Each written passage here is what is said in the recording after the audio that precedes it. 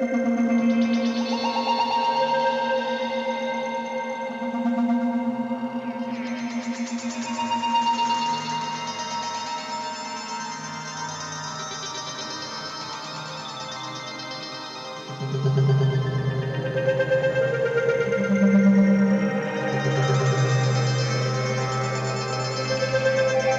decades, air power has been the deciding factor in modern warfare, and no nation understands this better than the United States.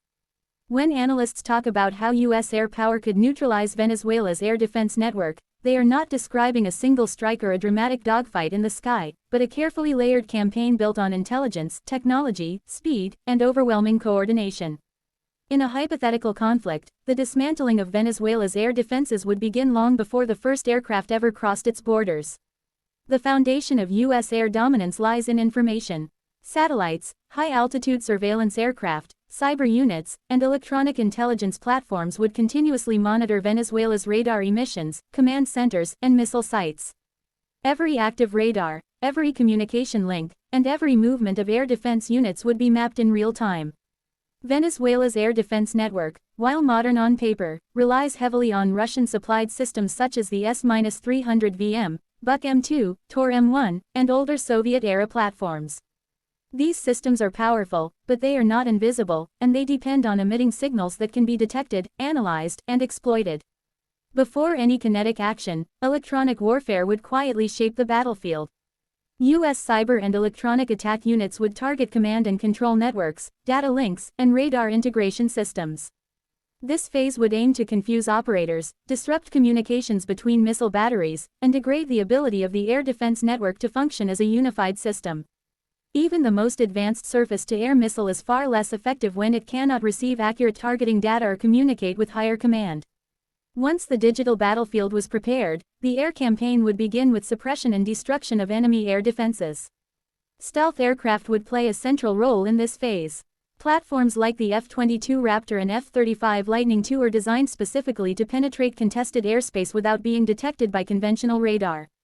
Flying at high speed and altitude, these aircraft could slip through gaps in radar coverage, locate critical air defense nodes, and destroy them before Venezuelan operators even realize they were under attack. Precision-guided munitions would be the weapon of choice. Rather than widespread bombing, the U.S. approach focuses on hitting key components: radar arrays, command vehicles, power generators, and missile launchers. Destroying a radar site does not just eliminate one target, it blinds an entire sector of airspace. Taking out a command post can paralyze multiple missile batteries at once. Each strike would be calculated to produce maximum operational effect with minimal exposure to U.S. aircraft. At the same time, standoff weapons would be launched from well outside Venezuelan airspace. Cruise missiles fired from U.S. Navy destroyers, submarines, and long-range bombers would target fixed air defense installations and hardened facilities. These weapons fly at low altitude, follow terrain, and are extremely difficult to intercept.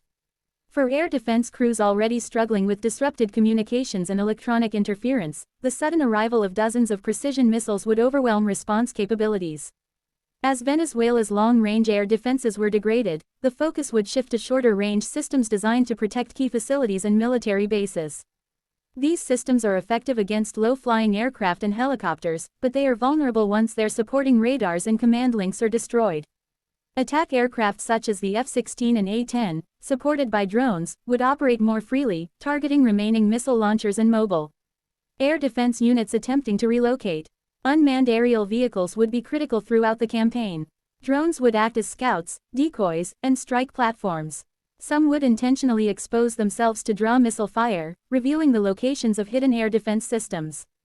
Others would loiter for hours, providing real-time targeting data to manned aircraft and naval forces. This constant presence would deny Venezuelan forces the ability to regroup or reposition without being detected. Another key element of U.S. air power is integration with space and naval forces. Satellite-based navigation, targeting, and communications ensure that every unit operates with a shared, accurate picture of the battlefield. Naval aviation from aircraft carriers positioned far offshore would add another axis of attack, forcing Venezuelan defenses to split their attention between multiple directions and altitudes. This multi-domain pressure is designed to collapse the enemy's defensive system rather than simply overpower it. Venezuela's Air Force would face severe challenges under these conditions. While it operates capable aircraft, including Su-30 fighters, maintaining air operations requires intact runways, fuel supplies, maintenance facilities, and command infrastructure.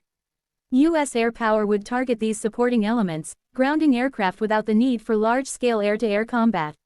Once air superiority was established, U.S. aircraft could operate with near-total freedom. What makes this kind of campaign so effective is speed.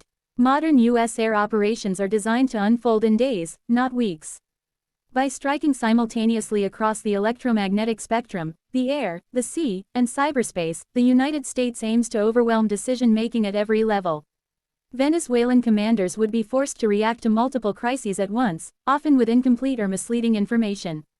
It is important to understand that air defense systems do not fail because they are poorly designed, but because they are isolated, blinded, and overloaded.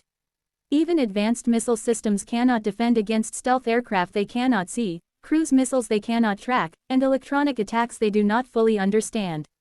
The strength of U.S. air power lies not in any single weapon, but in how all these elements are combined into a single, coordinated operation.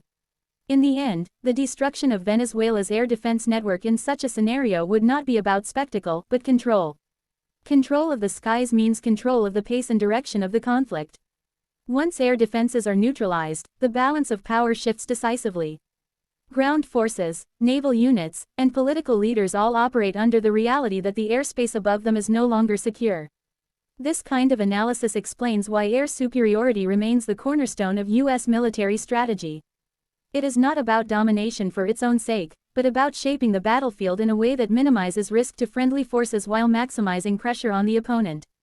In any modern conflict, the side that controls the air controls the outcome, and the United States has spent decades building the capabilities to ensure that advantage.